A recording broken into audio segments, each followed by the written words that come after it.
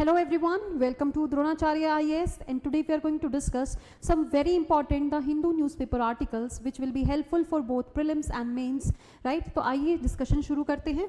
सबसे पहले article discuss करता है MSP के बारे में, that is minimum support price. Recently rabi crops के 6 रबी क्रॉप्स के लिए CCEA that is cabinet committee on economic affairs ने चेंज किया है, प्राइस हाइक दिया है रबी क्रॉप्स के लिए, ठीक है? ये आपके लिए इंपॉर्टेंट है।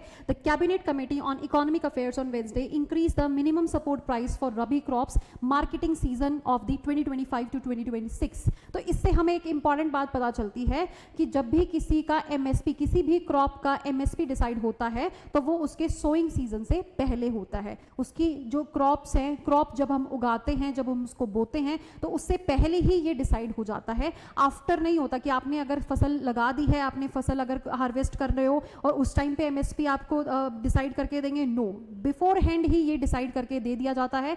फाइनल डिसीजन मेकिंग बॉडी कौन सी है, यही सब आपके लिए इंपॉर्टेंट है। कितना प्राइस हाइक हुआ है, कब हुआ है, ये आपके लिए जरूरी नहीं है, बिकॉज ये रिवाइज होते रहते हैं प्राइसेस, ठीक है? तो यहाँ पे आपको पता होना चाहिए कि cabinet committee on economic affairs है जो कि फाइनल डिसीजन मेकिंग बॉडी है कि कितना प्राइस यहाँ पे इंक्रीज करना चाहिए। इसको रिकमेंड कौन करता है? CACP, जिसके बारे में हम आगे डिस्कस करने वाले हैं, ठीक है? तो यहाँ पे सेंटर ने बोला है कि जो MSP हम 6 रबी क्रॉप्स के लिए बढ़ा रहे हैं वो लगभग 50 से 105% तक ज्यादा है प्रोडक्शन कॉस्ट से, ठीक है? जितना लागत लगती है किसान की उससे कहीं ना कहीं हम 50 से 105% ज्यादा यहाँ पर पैसा कैलकुलेट करके देते हैं। तो ये पैसा कैसे कैलकुलेट होता है, दैट इज MSP कैसे कैलकुलेट होता है, ये भी हम आगे की स्लाइड्स में डिस्कस करने वाले हैं। And this comes in line with the union budget. जब यूनियन बजट 2018-19 में बात करी गई थी कि हम फिक्स कर देंगे MSP at a level at least 1.5 times of the all India weighted average of the cost of production.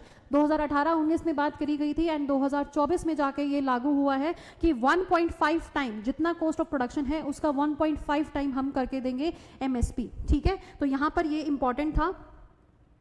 Then we here it is the chart, ये आपको चार्ट न्यूज़पेपर में भी दिया गया है। This is not at all important for you, बस आपको एक वेरिएशन देखने को मिलेगा कि बहुत सारी क्रॉप्स को, तो जैसे कि आपकी लेंटिल्स है, मसूर है, राइट, जैसे रेप सीड है, मस्टर्ड्स है, इनके प्राइसेस बहुत हाई हैं। तो इसकी वजह से क्या होता है, जो जनरली अगर कोई आपकी अगर आपका जो सीजन है, अगर आपकी जो सॉइल है वो इसको फेवर करती है इसकी क्रॉप को, तो इससे क्या है, एक कंसर्न भी आता है MSP के डिसीजन से, MSP को देने से, कि जो किसान है वो इसी क्रॉप को उगाना फिर प्रेफर करते हैं, वो डाइवर्सिफिकेशन की तरफ नहीं जाते, ठीक है? ये एक कंसर्न, मेजर कंसर्न यहाँ पे निकल के आता है कि जब MSP हम बहुत ज्यादा देते हैं किसी भी क्रॉप को तो उसका जो इम्पैक्ट आता है वो किस पे आता है? क्रॉप डाइवर्सिफिकेशन पे, और फिर उसका एनवायरमेंटल इम्पैक्ट आता है, environmental impact on the soil health, ठीक है? कि हम आगे कंसर्न्स भी डिस्कस करने वाले हैं। यहाँ पर अब हमारे लिए इंपॉर्टेंट होगा कि मिनिमम सपोर्ट प्राइस आखिर है क्या? What is minimum support price? Minimum support price एक ऐसा प्राइस है कि जिसके नीचे मार्केट में कोई रेट नहीं लगा सकता है उस फसल का, ठीक है? किसान ने फसल मार्केट में रखी है, अब कोई भी प्राइवेट ट्रेडर अगर आता है, कोई भी मिडलमैन आता है तो वो इस क्रॉप को नहीं ले सकता है इस प्राइस से नीचे। Minimum support price, just for example हम मान लेते हैं कि 2000 प्राइस रख दिया है वीट का, तो कोई भी कंपनी या कोई भी प्राइवेट ट्रेडर या कोई भी कंज्यूमर ये नहीं कह सकता है कि मुझे ये 1800 में चाहिए, 1800 में चाहिए मुझे ये क्रॉप, ठीक है? तो ये जो MSP है, मिनिमम सपोर्ट प्राइस है, ये कितने में होता है? ये 100 kgs के लिए होता है, दैट इज 1 क्विंटल, 1 क्विंटल के लिए डिसाइड होता है। जो अभी हमने प्राइस देखे वो 1 क्विंटल के लिए डिसाइड होता है। तो यहाँ पे ये नहीं कह सकते कि मुझे 100 kgs गेहूं चाहिए एट द रेट ऑफ 1800 अगर सरकार ने 2000 रेट रखा हुआ है।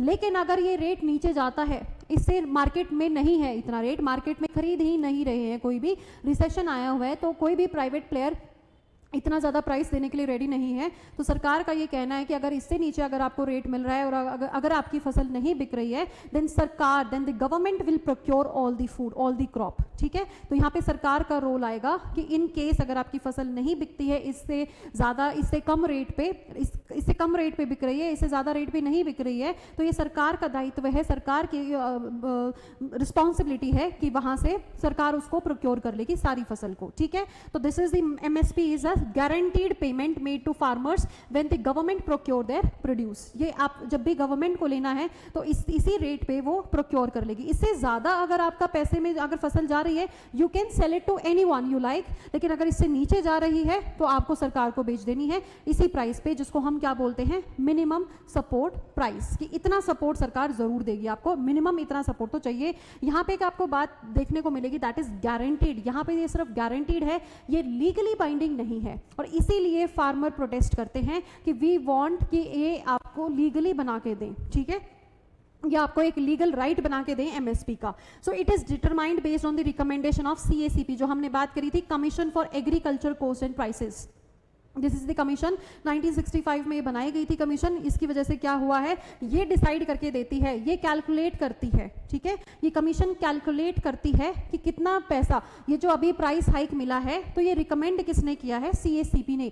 CACP CCEA that is cabinet committee on economic affairs को रिकमेंड करती है कि आप इतना हाइक दे सकते हैं। प्रोडक्शन कॉस्ट को कैलकुलेट करना, कितना उसमें प्रोडक्शन में पैसा लगा है किसान का, वो सारा कैलकुलेशन कौन करता है, CACP करता है। देन CACP सारे फैक्टर्स को इंक्लूड करता है, जैसे प्रोडक्शन कॉस्ट कितना है, मार्केट ट्रेंड क्या चल रहा है, प्राइस पैरिटी कितनी है, वो सारे फैक्टर्स को इंक्लूड करके एक फाइनल आपको प्राइस बना के देता है CCEA को। Then CCEA finally makes decision. ये बाइंडिंग नहीं है, CACP की रिकमेंडेशंस बाइंडिंग नहीं है, लेकिन सरकार जनरली इस रिकमेंडेशन को अग्री करती है, because majority of the population of India is in the primary activity, right. तो प्राइमरी सेक्टर में ज्यादा more than 50% people rely on agriculture still, so that is why they have to agree on the recommendations. Then CACP was established in 1965 and it functions under the agriculture, Ministry of Agriculture and Family Welfare.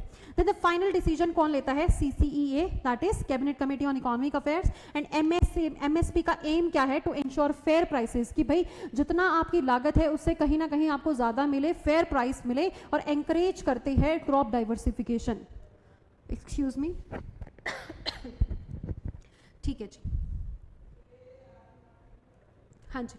तो यहाँ पर बताया गया है कि कैसे जो आपका MSP है वो कौन कौन सी क्रॉप्स को मिलता है। तो 22 ऐसी क्रॉप्स हैं जिनके ऊपर डिसाइड होता है, 22 क्रॉप्स ऐसी हैं जो इंक्लूड हो चुकी हैं MSP में। MSP में 22 क्रॉप्स हैं, यह आपको याद रखना है। इसमें 3 डिविजन्स हैं। नंबर 1 इज खरीफ क्रॉप, 14 खरीफ हैं, देन 6 आपकी रबी क्रॉप्स हैं, एंड 2 आपकी कमर्शियल क्रॉप्स हैं। तो अभी सीजन कौन से आने वाला है, रबी क्रॉप्स का सीजन आने वाला है। तो रबी क्रॉप्स को क्या मिला है, यहाँ पर रबी क्रॉप्स को प्राइस हाइक मिला है MSP में, ठीक है। 6 क्रॉप्स, 6 की 6 क्रॉप्स जो रबी क्रॉप MSP में इंक्लूडेड है, 6 की 6 क्रॉप्स को प्राइस हाइक मिला है। तो आपको ये पता होना चाहिए डिस्ट्रीब्यूशन टोटल कितनी है, 22 है, और कितनी क्रॉप्स हैं, 14 खरीफ सीजन की हैं, 6 रबी सीजन की हैं, एंड 2 कमर्शियल क्रॉप्स हैं। और yes, one more important point here you can see is कि जो MSP है that is for these 22 crops, और शुगर केन के लिए एक अलग से प्राइस दिया जाता है, that is fair and remunerative price, right. Here it is fair and remunerative price, FRP होता है स्पेशली शुगर केन के लिए, and this is legally binding, ठीक है। FRP आपका लीगली बाइंडिंग है, लेकिन MSP आपका लीगली बाइंडिंग नहीं है। शुगर केन का जो रेट है वो डायरेक्टली असाइन किया जाता है कि शुगर मिल्स जो हैं इससे कम रेट पे शुगर केन नहीं ले सकती हैं किसानों से, तो इतना रेट तो आपको लेना ही लेना पड़ेगा। सेम प्रोसीजर है, बस एक नाम अलग दिया गया है, FRP to the sugar cane, ठीक है जी। आगे चलते हैं। तो यहाँ पे 22 क्रॉप्स की एक लिस्ट आपके सामने दी गई है। ये क्या आपको याद करने की जरूरत है? बिल्कुल, ये आपको याद करने की जरूरत है। इस वीडियो को पॉज कीजिए या अपनी स्टिकी नोट पे या किसी भी पेपर पे इसको नोट डाउन कीजिए एंड इसको चिपका लो, इसको बार बार रिवाइज करो ताकि ये आपके दिमाग में सेट हो जाए, क्योंकि इसके ऊपर क्वेश्चन पूछे जा सकते हैं एंड ऑलरेडी क्वेश्चन पूछे गए हैं। तो दिस इज वेरी इंपॉर्टेंट कि कौन कौन सी ऐसी क्रॉप्स हैं, ऐसे पूछ लिया जाएगा which of the following crops are included in the MSP, ठीक है। स्पेशली सिर्फ सारी जरूरी नहीं है कि सिर्फ खरीफ से पूछेंगे, मिक्स करके दे सकते हैं, ठीक है। तो ये आपको सारी की सारी जो क्रॉप्स है ये आपको स्क्रीन पर दिख रही हैं। काइंडली टेक अ स्क्रीनशॉट और नोट डाउन ताकि आपको ये याद हो सके, ठीक है। चलते हैं आगे। तो यहाँ पर बात करी जा रही है कि कैसे कैलकुलेट करते हैं हम एमएसपी को, कैलकुलेट कैसे किया जाता है। सीएसीपी का काम क्या है कि कैलकुलेट करना है कि कितना एमएसपी होना चाहिए किस क्रॉप का। तो यहाँ पे आपको 3 कैटेगरीज दी गई हैं। Number 1 is A2 cost, number 2 is A2 and FL cost and C2 is C2 cost. ठीक है, ये आपकी कौन कौन सी कोस्ट है जिसमें, इसमें A2 में क्या क्या आ जाएगा, आपके सारे एक्सपेंसेस जैसे कि seeds, fertiliser, pesticide, fuel, irrigation, जो भी प्रोडक्शन में पैसा लगा है वो सारा का सारा आपका A2 कोस्ट में आ जाएगा। A2 एंड FL कोस्ट में क्या आ जाएगा, जो भी अनपेड फैमिली लेबर है, मान लो किसी ने किसी लेबर को हायर नहीं किया है, उसने अपनी फैमिली ही लगा दी है, तो जो लेबर को पैसा दिया जाना चाहिए था वो तब भी कैलकुलेट होता ही होता है। तो इसमें फैमिली का लेबर भी कैलकुलेट होता है। एंड C2 कोस्ट क्या है, एक आपकी कॉम्प्रिहेंसिव कोस्ट है। ठीक है, ये आपकी कॉम्प्रिहेंसिव कोस्ट है। This is more comprehensive cost calculated that includes A2 FL। ये दोनों को तो हम कैलकुलेट करके रखते ही रखते हैं, साथ में अगर किसी की खुद की जमीन है तो उसका रेंट कितना है, या उसकी इक्विपमेंट्स अगर खुद के हैं तो उसका रेंट कितना है, उसको भी हम इसमें इंक्लूड करते हैं। तो अगर आपसे सिंपली पूछा जाए तो C2 कोस्ट क्या, जो आपका CACP है, वो कौन कौन सी कोस्ट को कंसीडर करता है, तीनों कोस्ट को कंसीडर करते हैं, that is A2 plus FL and C2। C2 को भी हम कैलकुलेशन में लेते हैं कि अगर किसान की खुद की जमीन नहीं होती, अगर रेंट पे लेके उसमें फसल उगा रहे होते तो कितना रेंट पे करना होता, उसका भी यहाँ पे कंसिडरेशन किया जाता है। ठीक है, तो ये कैलकुलेट कौन करता है, ये आपके लिए इंपॉर्टेंट है, दैट इज CACP। ये डिफरेंट आपकी कमिटीज हैं, कमीशंस हैं, जो भी MSP के लिए, जिन्होंने भी MSP के बारे में बात करी है, बाई चांस आपके पास क्वेश्चन आता है MSP के रिगार्डिंग, तो उसमें आपको एग्जाम्पल में जब इनिशिएटिव लिखते हैं, कभी भी MSP की रिकमेंडेशन है तो डिफरेंट कमीशंस आपसे पूछी जा सकती हैं, या फिर आपसे डायरेक्टली पूछा जा सकता है कि Shanta Kumar committee is related to which of the following. तो ये सारी कमेटीज डायरेक्टली MSP से रिलेटेड नहीं है कि सिर्फ और सिर्फ MSP की ही बात करी है, ओवरऑल एग्रीकल्चर की बात करी है, एग्रीकल्चर के साथ साथ MSP की बात करी है, फार्मर्स वेलफेयर की बात करी है। तो फार्मर्स वेलफेयर जब बात करी जाती है उसमें MSP सर्टेनली इंक्लूड होता है। तो ये सर्टेन आपकी कमिटीज एंड कमीशंस हैं, जैसे commission for agricultural cost and prices, CACP 1965 की, Alagh committee, Swaminathan committee, Shanta Kumar committee and Dalwai committee, Ramesh Chand committee. तो ये सारी कमेटीज आपके लिए इंपॉर्टेंट हो जाती हैं। अब फाइनली यहाँ पे ये आता है कि कंसर्न्स क्या है। ठीक है, कि अगर हम MSP दे रहे हैं तो कंसर्न्स क्या है, कंसर्न ये है कि ये क्रॉप डाइवर्सिफिकेशन को डिक्रीज करता है। क्रॉप डाइवर्सिफिकेशन डिक्रीज, क्योंकि जो क्रॉप ज्यादा पैसा देगी फार्मर्स उसी को उगाना पसंद करेंगे एंड उसी से उनको ज्यादा मुनाफा होगा। तो इससे क्या होता है, क्रॉप डाइवर्सिफिकेशन नहीं आती है, जिसकी वजह से एनवायरमेंटल कंसर्न्स आएंगे। सबसे पहले आपका क्रॉप डाइवर्सिफिकेशन पे इंपैक्ट आता है। Let's see here, limited coverage है, crop diversification, right. Crop diversification का इंपैक्ट किस पे आएगा, एनवायरमेंटल कंसर्न्स, क्योंकि आपकी सॉइल हेल्थ, वाटर इंटेंस, अगर कोई क्रॉप, अगर मान लो राइस और वीट ही, राइस और शुगर केन ही ज़्यादा उगा रहे हैं तो वो वाटर इंटेंसिव क्रॉप्स हैं, बहुत ज़्यादा उसमें वाटर चाहिए, तो वो भी एक एनवायरमेंटल कंसर्न है, राइट। अगर यहाँ पे हम बात करें लिमिटेड कवरेज की, सिर्फ और सिर्फ 22 क्रॉप्स को ही इंक्लूड किया गया है, सारी क्रॉप्स को इंक्लूड नहीं किया गया है कि आपका जो मन करे वो फसल उगाइए, उस फसल के जितना प्रोडक्शन कॉस्ट है उसके हिसाब से हम आपको पैसा दे देंगे। तो यहाँ पर ऐसा नहीं है कि सिर्फ 22 क्रॉप्स को ही MSP में इंक्लूड किया गया है। तो इसकी वजह से क्या है, लिमिटेड कवरेज है और क्रॉप डाइवर्सिफिकेशन पे इंपैक्ट आता है। गवर्नमेंट के फाइनेंसेस पे भी बर्डन आता है डेफिनेटली, कि बाई चांस अगर मार्केट में प्राइस गिर गए, मार्केट इतना प्राइस नहीं दे रहा है, तो गवर्नमेंट के फाइनेंस जो बजट है उसके ऊपर भी असर आएगा। एनवायरमेंटल कंसर्न्स हम डिस्कस कर चुके हैं। इनएडुकेट प्रोक्योरमेंट इंफ्रास्ट्रक्चर, जो गवर्नमेंट प्रोक्योरमेंट करती भी है तो कोल्ड स्टोरेज जो चेन है, सप्लाई चेन है, उसमें बहुत डिफरेंसेस हैं, उसमें एक इनइक्वालिटी है, लैग है, तो इसकी वजह से भी यहाँ पे इंपैक्ट पड़ता है फसलों पर। एंड लिमिटेड अवेयरनेस है फार्मर्स के अंदर, वहां पर उनको नहीं पता है कि अगर आप दूसरी क्रॉप उगाएंगे तो भी आप यहाँ पे ज्यादा मुनाफा कमा सकते हैं, क्योंकि इसमें प्रोडक्शन कॉस्ट आपका कम लगेगा, राइट। तो ये सारे आपके इंपॉर्टेंट मेजर कंसर्न्स हैं जिसको आपने ध्यान में रखना है जब भी आप MSP की बात करेंगे।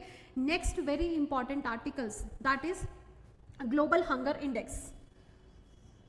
ग्लोबल हंगर इंडेक्स 2024 का रिलीज हो चुका है, तो 2023 के डाटा को यहाँ पे रिलीज करते हैं कि 2023 में कैसे फंक्शन की है डिफरेंट कंट्रीज। तो इंडिया की 105th पोजीशन आई है 127 कंट्रीज में से, and it is in the severe category, क्योंकि स्कोर क्या है हमारा 27.3, ठीक है। तो स्कोर की जब हम बात करें तो 9.9 से स्कोर जब आता है, ये 100 में से हम ये मार्क्स देते हैं, तो अगर 100 में से 9.9 से कम आया है तो इट इज़ गुड, क्योंकि क्या है, इंडेक्स क्या है, मेजरमेंट है भूखमरी का, हंगर का मेजरमेंट है कि कितना ज़्यादा किसी देश में भूखमरी फैली हुई है, कितना ज़्यादा किसी के देश में हंगर की प्रॉब्लम है। तो अगर इसमें स्कोर कम आ रहा है तो इट इज़ बेटर। तो हमारा स्कोर कितना रहा है 27.3, which is a severe category. ठीक है, तो अगर यहाँ पे 9.9 है तो लो हंगर है, मतलब it is good for the nation. और अगर यहाँ पे 10 से 19.9 से मॉडरेट, यहाँ पे इसके बीच में है तो मॉडरेट हम बोल देते हैं।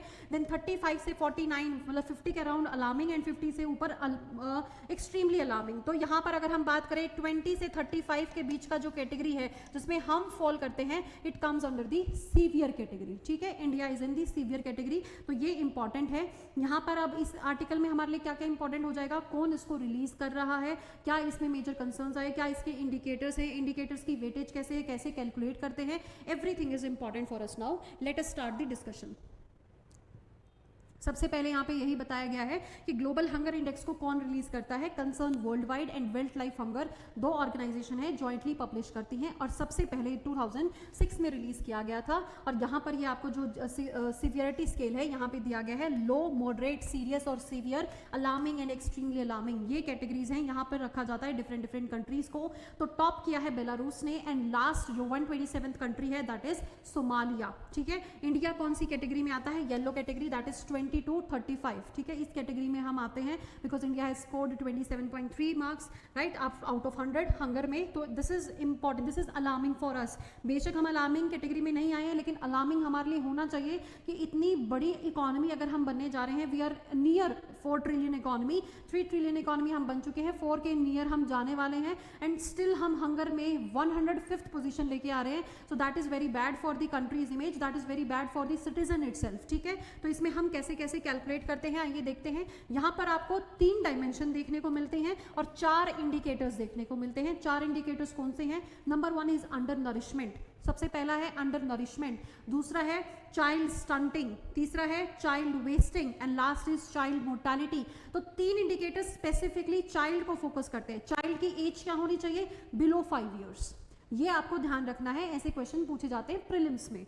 ठीक है, कि जो ग्लोबल हंगर इंडेक्स है वो कैसे कैलकुलेट किया जाता है, उसके 4 इंडिकेटर्स है। Number 1 is under nourishment. ठीक है, यहाँ पर कैलोरीज की बात हो रही है, न्यूट्रिशन की बात नहीं हो रही है अभी, इट इज अंडर नरिशमेंट कि इतना आप कुछ भी खा रहे हो लेकिन आपको इतनी कैलोरीज ही नहीं मिल रही। आप बैलेंस डाइट की तो तब बात करोगे जब आपको इतनी कैलोरीज मिल जाएगी। ठीक है, तो यहाँ पर खाने की कमी की बात हो रही है। दूसरा है चाइल्ड मोर्टालिटी, कि 5वां बर्थडे बच्चे ने मनाया नहीं है, उससे पहले ही उसकी डेथ हो गई है। ठीक है, 5th birthday has not been celebrated, 5वां साल है वो कंप्लीट कर ही नहीं पाया है, उससे पहले ही बच्चे की डेथ हो गई है due to disease, due to certain reasons, due to hunger, तो उसको हम चाइल्ड मोर्टालिटी में रखते हैं। नेक्स्ट इज चाइल्ड स्टंटिंग, कि जितनी उसकी उम्र है उसके हिसाब से उसकी हाइट नहीं बढ़ी है। ठीक है, that is known as child stunting.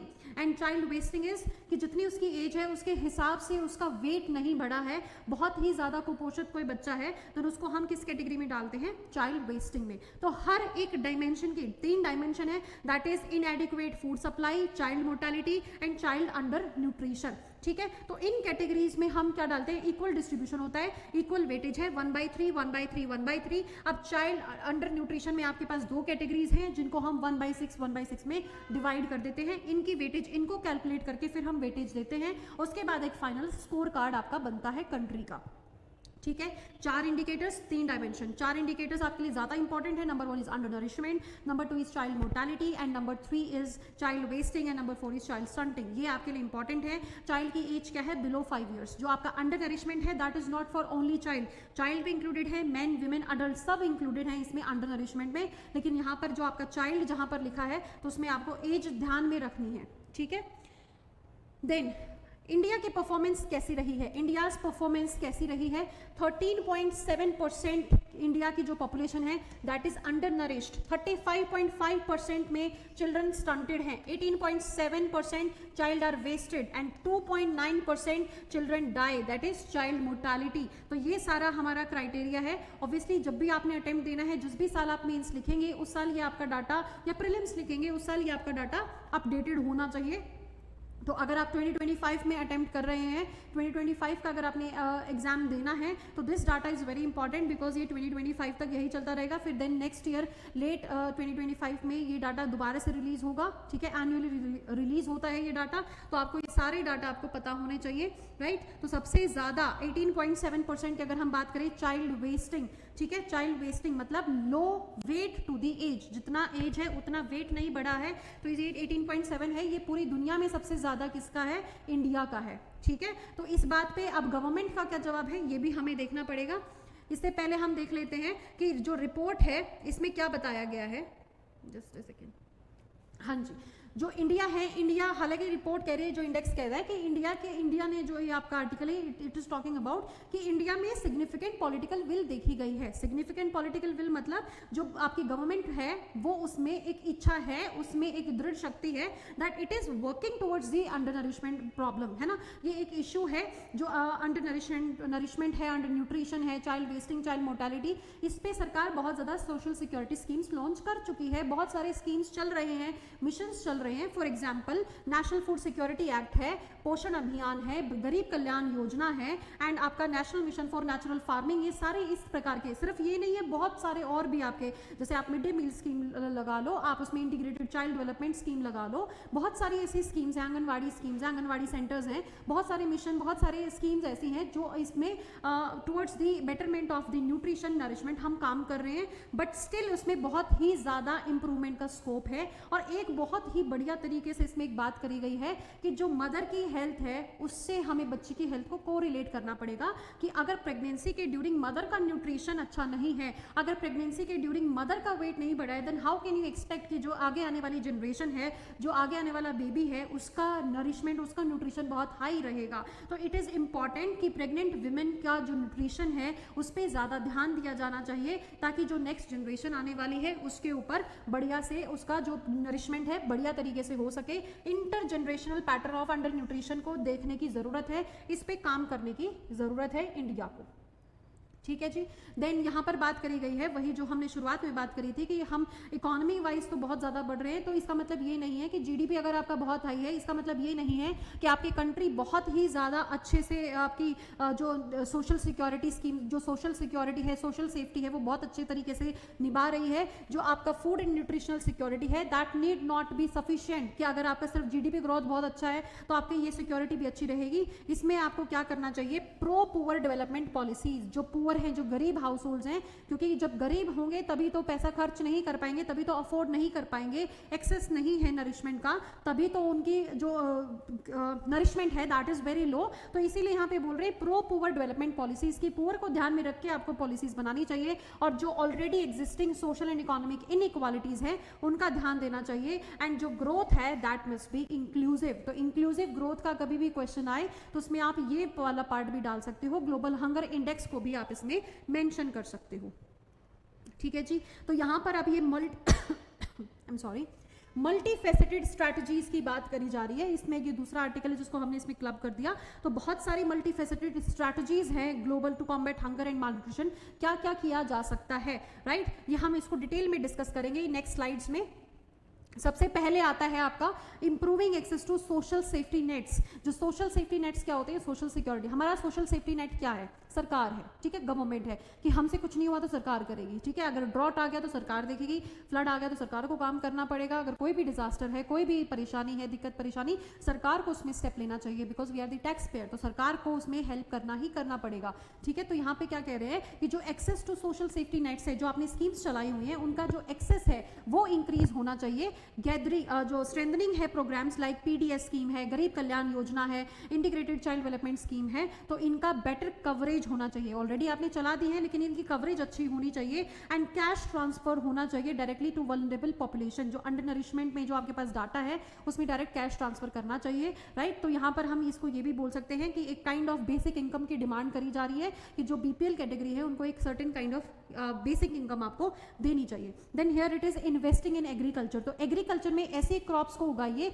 जो ज़्यादा से ज़्यादा प्रोडक्शन उनका हमें मिल सके और प्रोडक्शन मिले और ऐसा प्रोडक्शन हो कि जिससे न्यूट्रिशन सफिशिएंट भी मिले, न्यूट्रिशन सफिशिएंसी भी रहे बच्चों में भी और बड़ों में भी, अडल्ट में भी। तो ऐसी कौन सी क्रॉप्स होती हैं, मिलेट्स, ठीक है, जो मल्टी न्यूट्रिशनिस्ट आपकी क्रॉप्स होती हैं। Next is mother and child health care investment, mother and child दोनों के हेल्थ केयर जो इन्वेस्टमेंट है उसमें आपको ज़्यादा से ज़्यादा इन्वेस्ट करना चाहिए, आपको इंक्रीज करना चाहिए। जो ऐसी फंडिंग है, जो भी स्कीम्स है जिसमें मदर की हेल्थ का ध्यान रखा जाए उसमें इंक्रीज कीजिए एंड एड्रेस कीजिए जो कॉम्प्लीमेंट्री फैक्टर्स हैं। साथ में कौन से फैक्टर्स इंप्रूवमेंट, अगर कोई प्रेग्नेंट वीमेन है उसके लिए वाटर बहुत इंपॉर्टेंट है, सेफ वाटर होना चाहिए, सैनिटेशन होना चाहिए, राइट, एंड हाइजीन का ध्यान रखना चाहना चाहिए। जैसे कि वॉश स्कीम की बात कर रहे हैं तो वॉश स्कीम ऑलरेडी 2018 में, आई गेस 2018 या 2018 मेंस में पूछा जा चुका है वॉश स्कीम के बाद। हालांकि ये 2013 में स्कीम आ चुकी थी, लेकिन स्टिल 2018 में दोबारा से वॉश स्कीम के बारे में पूछा गया था। तो wash scheme is very important, आपको पता होना चाहिए कि सैनिटेशन से रिलेटेड है, हाइजीन से रिलेटेड है, इंप्रूव्ड वाटर सैनिटेशन से रिलेटेड है। तो ये सारी बातें भी आपको ध्यान में रखनी है, right. Then here it is linking food nutrition gender and climate change. एक और आर्टिकल हम डिस्कस करने वाले हैं, क्लाइमेट चेंज का जो इम्पैक्ट होगा, ठीक है। तो फूड को, न्यूट्रिशन को और जेंडर को, तीनों को लिंक करना है और क्लाइमेट चेंज को भी इसमें लिंक करके एक कॉम्प्रिहेंसिव स्ट्रैटेजी आपको डेवलप करनी चाहिए। सबसे पहले बात कर रहे हैं, इनकॉर्पोरेट करना चाहिए जेंडर सेंसिटिव अप्रोचेस को। जो जेंडर सेंसिटिव अप्रोचेस हैं उनको इनकॉर्पोरेट कीजिए ताकि जो न्यूट्रिशनल वैल्यू है मदर्स के अंदर, फीमेल्स के अंदर, वो ज़्यादा बढ़े। एंड कंसिडर करना चाहिए जो क्लाइमेट चेंज का इम्पैक्ट है वो किस पे कितना है, क्योंकि पुअर हाउस होल्ड्स पर ही सबसे ज़्यादा क्लाइमेट चेंज का इम्पैक्ट आता है, ठीक है जी। देन यहाँ पे इंडिया का कंसर्न क्या है, वेरी वेरी इंपॉर्टेंट, कि इंडिया ने कैसे रिटेलिएट किया है, इंडिया ने क्या स्टेटमेंट दी है। इंडिया कह रहा है कि देखो जी, हमारे पास एक पोषण ट्रैकर, एक ऐप है हमारे पास, उसमें आईसीटी में, इंफॉर्मेशन कम्युनिकेशन टेक्नोलॉजी एक ऐप है हमारे पास, उसमें हमारा सारा डाटा है कि कौन सा नरिशमेंट, कितना, कहाँ पे क्या कमी है,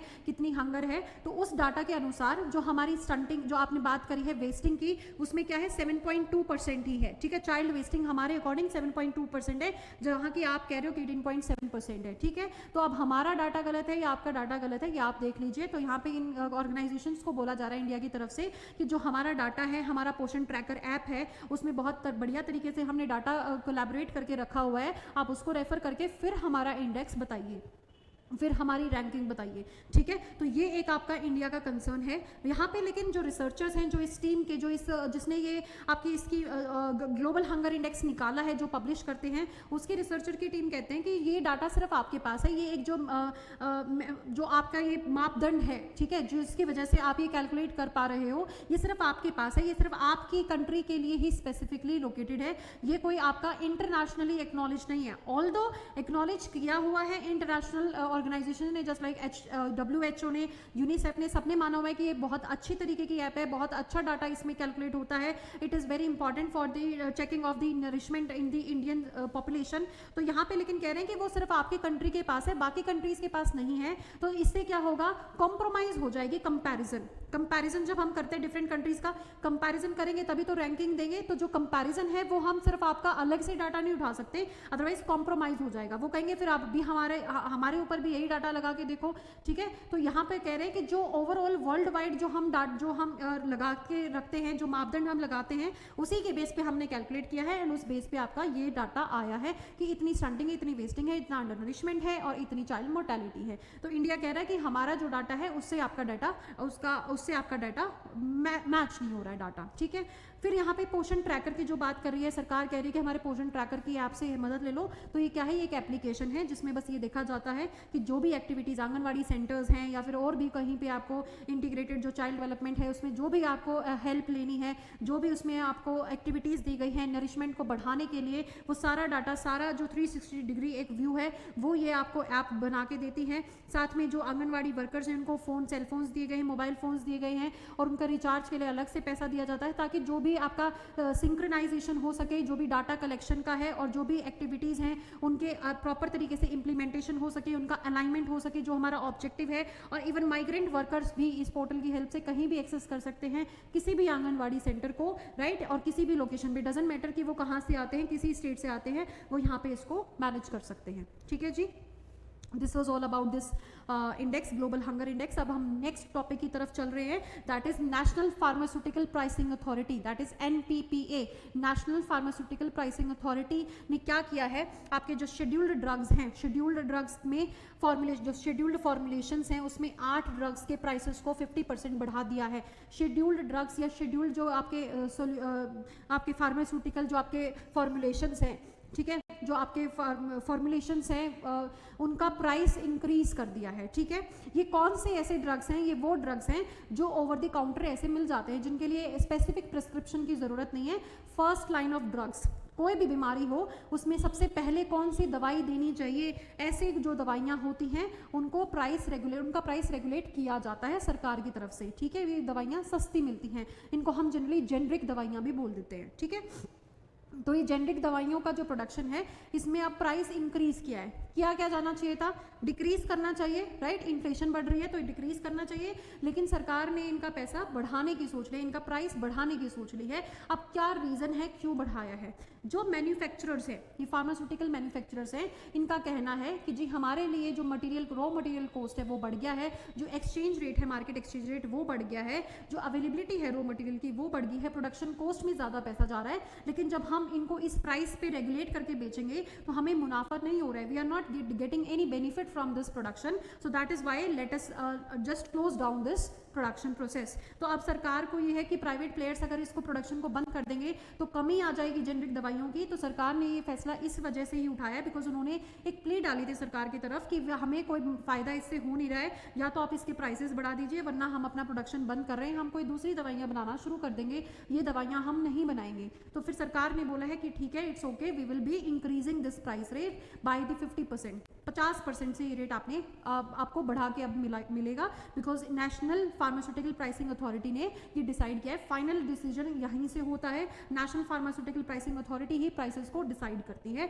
तो most of these drugs are low cost, ये बहुत लो कॉस्ट होते हैं और generally use as a first line treatment. First line treatment में जरूरी होते हैं जैसे कि treatment of asthma, glaucoma, thalassemia, tuberculosis, mental health etcetera, इन सब के लिए यहाँ पे ये ड्रग्स यूज होते हैं। तो ये ड्रग्स कौन से हैं ये भी हम देखेंगे, क्या इसमें इशू आया है ये भी देखेंगे कि प्राइस क्यों इंक्रीज किया है। यहाँ पर यही बात करी गई है कि जो मैन्युफैक्चरर्स हैं उन्होंने ये बोला है कि this manufacturing is no more beneficial for us, that is why we want to close down the process. तो आप इसमें कुछ स्टेप लीजिए। तो सरकार ने यही स्टेप लिया है कि उनका प्राइस 50% से बढ़ा दिया है। ठीक है जी। अब यहाँ पे कौन कौन से ऐसे ड्रग्स हैं जो अफेक्ट हुए हैं, आपके लिए ये याद करना जरूरी है? जी हाँ जरूरी है, क्योंकि सिर्फ 8 ही ऐसे ड्रग्स हैं और ये स्पेशली पूछा जा सकता है this drug is use for which of the following. ठीक है, ये भी पूछा जा सकता है which of the following are scheduled drugs, अगर आपने न्यूज करी है तो आपसे पूछा जा सकता है। ठीक है, एट्रोपिन इंजेक्शन ये किस में यूज होता है? हार्ट इश्यूज में। स्ट्रेप्टोमाइसिन इंजेक्शन ये ट्यूबरक्लोसिस में यूज हो रहा है। सैल्ब्यूटामोल टैबलेट्स एंड सोल्यूशन ये एस्थमा में यूज हो रहा है। पिलोकार्पिन आई ड्रॉप्स ये ग्लूकोमा में यूज हो रहा है। Cefadroxil tablets antibiotic, desferrioxamine injections, thalassaemia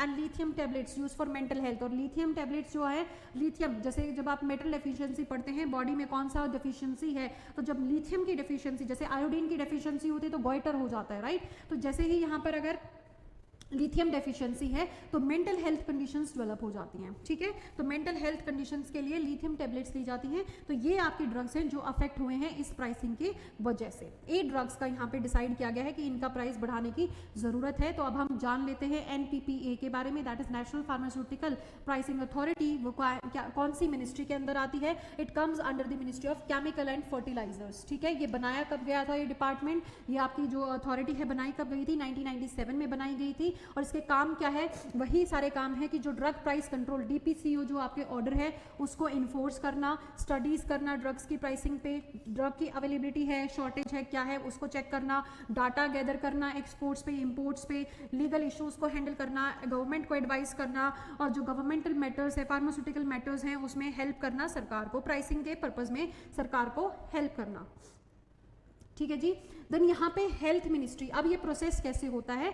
अब health ministry and national chemical and fertiliser ministry अलग है। अब ये दो अलग अलग मिनिस्ट्री हैं। अब हेल्थ मिनिस्ट्री क्या करेगी? एक लिस्ट प्रोवाइड करती है जिसमें बोलते हैं कि भाई ये जो दवाइयाँ हमने बोली हैं, जो ये फॉर्मुलेशंस बोले हैं, इनका प्राइस कंट्रोल करना पड़ेगा, इनका प्राइस आपने कंट्रोल करना है। ठीक है, ये अब लिस्ट जाती है आपकी, ये लिस्ट जाती है आपकी डिपार्टमेंट ऑफ फार्मास्यूटिकल्स के पास। फार्मास्यूटिकल की जो ये डिपार्टमेंट है ये इन दवाइयों को शेड्यूल 1 में डाल देगा DPCO के अंदर।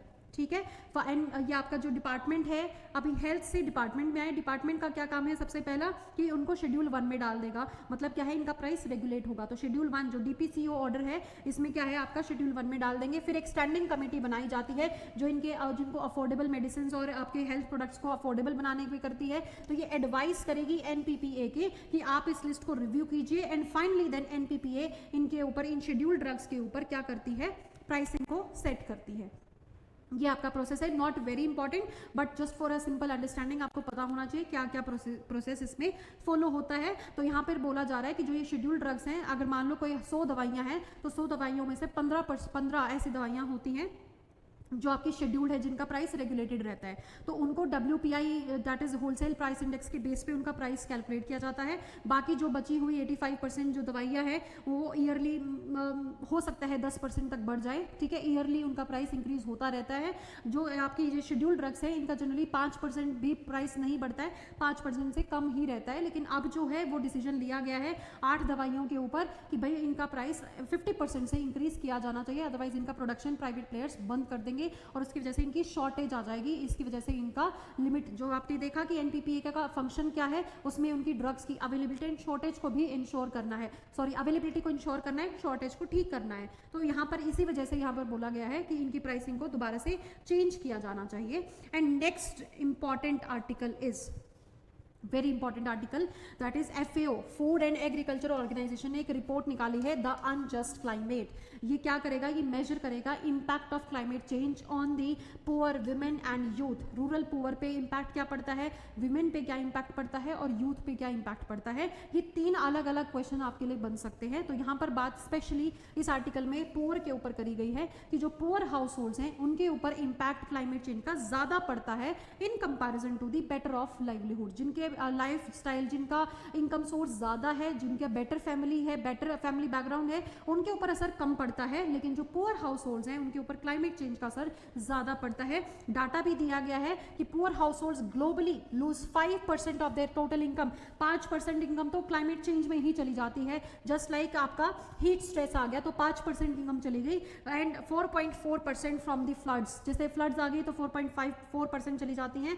अगर हम कंपेयर करें दूसरे लाइवलीहुड, दूसरे जो बेटर हाउस होल्ड्स है उनसे कंपेयर करें, तो ये इसमें यहाँ पे रीजन हमें देखने को मिलता है। सबसे पहले एग्रीकल्चर पे कैसे, क्योंकि एग्रीकल्चर ओरिएंटेड कंट्री है हमारी, तो एग्रीकल्चर में जैसे क्या क्लाइमेट चेंज का इंपैक्ट पड़ सकता है। क्लाइमेट चेंज हो गया तो ड्रॉट हो सकता है, फ्लड आ सकती है, साइक्लोन आ सकता है, heat wave, hailstorm and sea inundation, जो भी है, सी फ्लडिंग जो हम बोलते हैं। तो ये सारे जो आपके डिजास्टर्स आ सकते हैं क्लाइमेट चेंज की वजह से होते हैं। तो इसका इंपैक्ट सब पे पड़ेगा, क्रॉप्स पे, horticulture, live stock, poultry, fishery, सब पे इनका असर पड़ता है। तो इसकी वजह से यहाँ पर यही बात करी गई है कि इंपैक्ट क्या पड़ रहा है, that is important for you. तो यहाँ पे रिपोर्ट हाईलाइट करती है कि जो क्लाइमेट स्ट्रेस है वो income of rural house holds है उनको ज्यादा इंपैक्ट करती है। ड्रॉट्स के ड्यूरिंग या फिर एक्सट्रीम वेदर इवेंट्स के ड्यूरिंग पुअर फैमिली ज्यादा स्पेंड करती है सर्वाइव करने के लिए, क्योंकि सबसे पहले क्या है, ऑलरेडी उनकी जो कंडीशन है, लिविंग कंडीशन है, दैट इज पुअर। या तो सैनिटेशन अच्छा नहीं है, या फिर सैनिटेशन अच्छा नहीं है तो फिर, या फिर उनके पास जो ऑफ फार्म जॉब अपॉर्चुनिटीज हैं वो कम है, या फिर उनके पास जो एक सेविंग के नाम पे जो पैसा होता है वो नहीं रहेगा। तो दैट इज वाई उस टाइम पे उनको ज्यादा पैसा खर्च करना पड़ता है। तो इसकी वजह से क्या होता है, इनकम डिस्पैरिटी, तो total income of house hold affected by climate ज्यादा होता है पुअर हाउस होल्ड्स में।